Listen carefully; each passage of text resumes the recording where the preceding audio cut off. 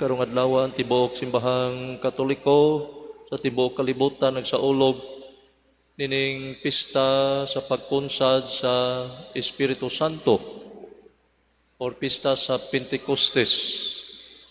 50 ka adlaw human mabanhaw ang Ginoo, iyang gipadala ang iyang Espiritu Santo nga mao'y unang gasa sa tanang nagtuo kaniya. O kaning pagkunsad sa Espiritu Santo mao kani katumanan. This is the fulfillment of the promise by Jesus. Misaad yun ang Ginoo nga kinahanglan mo balik yung sa Amahan aron mo kunsad kaninyo ang Espiritu Santo. Munang pagkunsad na sa Espiritu Santo, natuman ang gisaad ni Jesus. Og ang kamatayon, og ang pagkabanhaw, og ang pagsaka ni Jesus sa langit, gihingpit diha sa paggihingpit niya ang iyang buhat sa pagtubos sa kalibutan, pinaagi sa pagpadala sa Espiritu Santo. Christ who died and rose from the dead and ascended to the Father, completed His work of redemption by sending down to us, to His apostles and the Blessed Virgin Mary, the Holy Spirit. Muna gingon nga the Pentecost is the fullness of Easter. Mo sini siya nagtapos kini atong pagsaulog sa Pentecostes, sa pagsaulog sa Pentecostes mo ni nagtapos sa atong kasaulugan sa Easter season.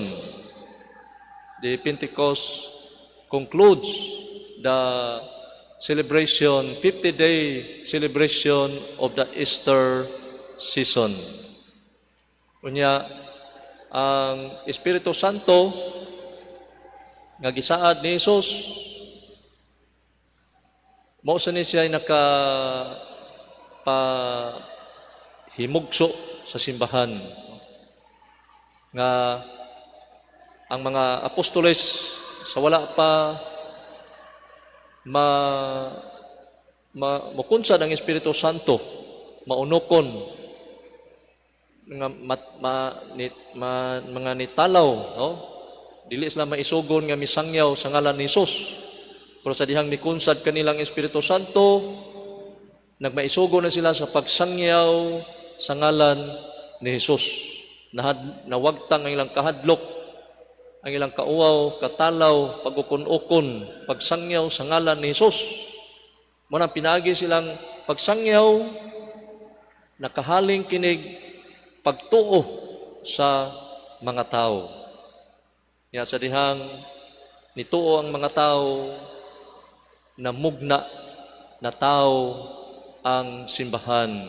Munang kining pagkunsad sa Espiritu Santo, muna sa gitawag og the birthday of the church. Tungod kay ang simbahan, ang definition of the church is a group of people. No, the church is a group of people who believe in Christ as their Lord. Kanus aman mituo ang mga tao sa dihang giwalihan ang mga tao sa mga apostoles. Nganong nagwali naman mga apostoles, nganong naisugon man silang niwali, tungod kay mikunsad kanila ang Espiritu Santo. Munang ang basahon gani sa mga buhat sa mga apostoles, gitawag siya the Gospel of the Holy Spirit. Kadiha sa basahon sa mga buhat sa mga apostoles, ang mabasa nato nga ang simbahan napalambo, gigiyahan ang mga apostoles silang mga buhat sa pagsangyaw sa Ebanghelyo ng laing mga lugar, o hatag nagkaisog, kadasig, pagsangyaw sa pulong sa Ginoo, nagmaisugo na sila Munang magpasalamat kita sa Ginoo niniyang gasa kay kining Espiritu Santo usa kini kagasa no ato pakpakan ng Ginoo no kay siya mihatag kanato ining gasa no. The Holy Spirit is the gift from the Father through Jesus our Lord. Unya ang Espiritu Santo usa ka Ginoo no. The Holy Spirit is Lord and the giver of life. Ang Espiritu Santo di ay usa ka Ginoo, ikatulong persona sa Santissima Trinidad. Siya ang naghatag kanatog kinabuhi. Wala gyud tao nga naginhawa. Wala gyud nabuhi kung dili patungod sa Espiritu Santo. Ang Espiritu Santo sab gitawag og Paraklito, manlalaban. Kaya sa atong kahuyang, dili kita makaasdang batok sa atong mga kaaway, pero labanan kita niya, iya kitang panalipdan. Ang Espiritu Santo, gitawag usab og maglilipay, comforter. Kaya sa atong problema, naguulta.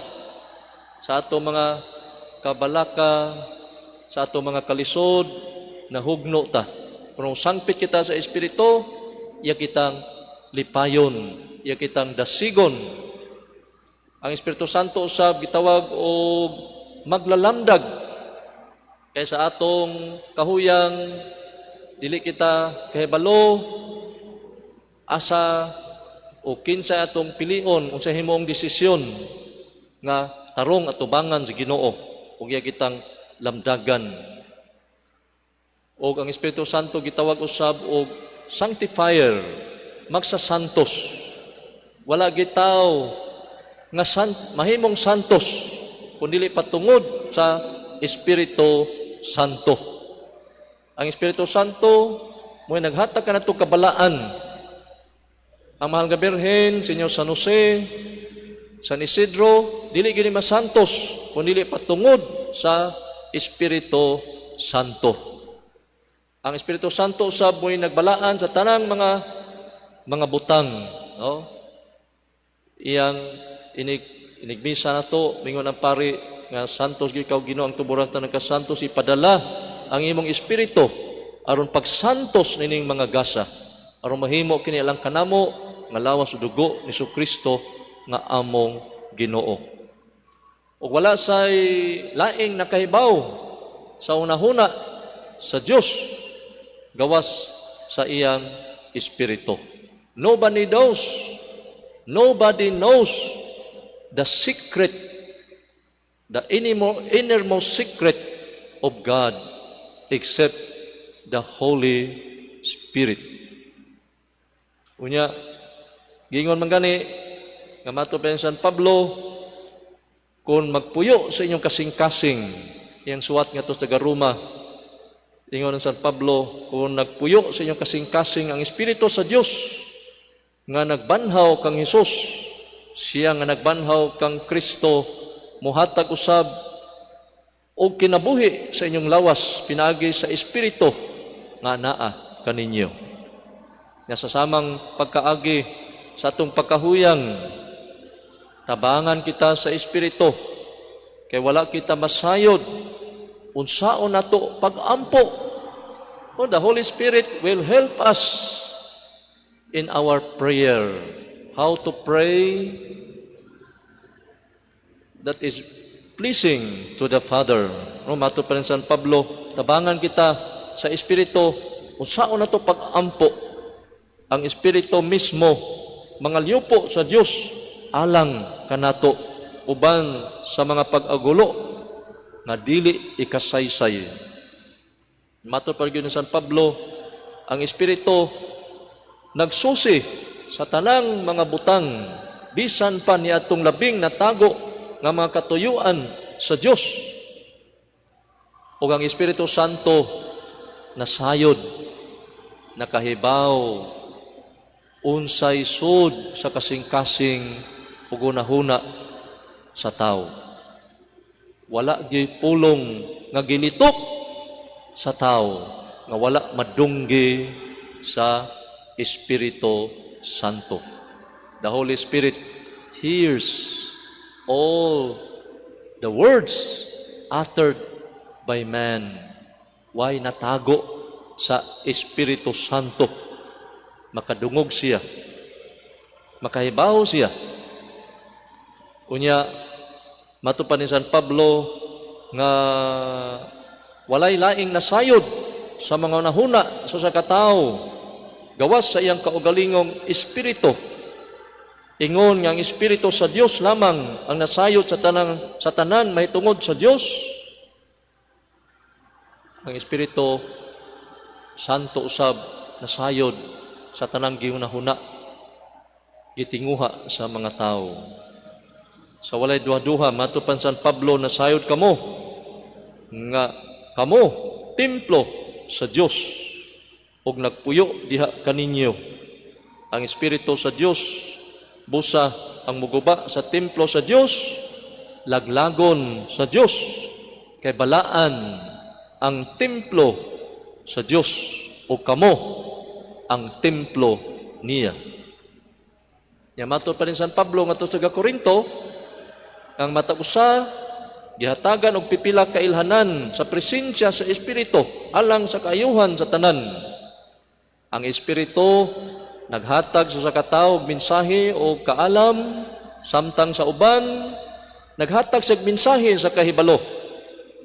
Usa lamang ka Espiritu ang naghatag og pagtuo sa katawo, samtang sa lain naghatag siya gahom sa pag-ayo sa mga masakiton. Ang Espiritu naghatag sa katawo sa gahom sa paghimog mga milagro. Sa laing tao sa hiyas sa pagsulti sa mensahe sa Dios o sa lain pagayod sa katakos pag-ila sa nakanlaing hiyas gikan sa Espiritu ug niadtong dili gikan sa Espiritu. Sa katawo naghatag siya hiyas sa pagsulti laing mga pinulungan sama sa atong mga sa unang pagbasa nga mga apostoles nagwali ug ang mga tao nga laing nagikan sa laing mga nasod nakadungog, nakasabot sa ilang giwali. Kay nagwali sila ang mga apostoles ug na doon na gitawag og the miracle of hearing. Ang mga tao nga nagsultig lain-laing pinulungan nakasabot sa giwali sa mga apostoles. Doon na ito gitawag og the gift of tongue. No? O matupad din San Pablo nga sa usa ka tawo naghatag siya hiyas pagsultig laing pinulungan o sa laing tawo naghatag siya hiyas pagpasabot sa kahulugan sa maong pinulungan. Apan maorang espirituha ang naghimo nining tanan. Naghatag siya nagkanilaing hiyas sa matag tao sumala sa iyang pagbuot. Apan nindot kayong gisulti ni San Pablo usab, ang Espiritu naghatag sa gugma. It is the Holy Spirit who gives us love. Ang gugma din nato ngadto kang Hesus, ngadto sa Amahan, ngadto sa atong isikataw, gikan din siya sa Espiritu Santo. The source, no? The giver of love is the Holy Spirit. Naghatag ang Espiritu Santo kalipay. Naghatag siya kalinaw, pailob, kaluoy, kaayo, pagka maminatud-on, pagka mapaubsanon, pagka mapinugnanon sa kaugalingon. Atong pakpakan ang Espiritu Santo, no? Kay siya gigasa kanato sa Dios nga namaoy nakatabang kanato sa paghiusa sa simbahan, pagtukod sa simbahan, nakapalambo sa simbahan, nakapadaghan sa simbahan tungod kay ang Espiritu Santo gigasa kini gikan sa Dios.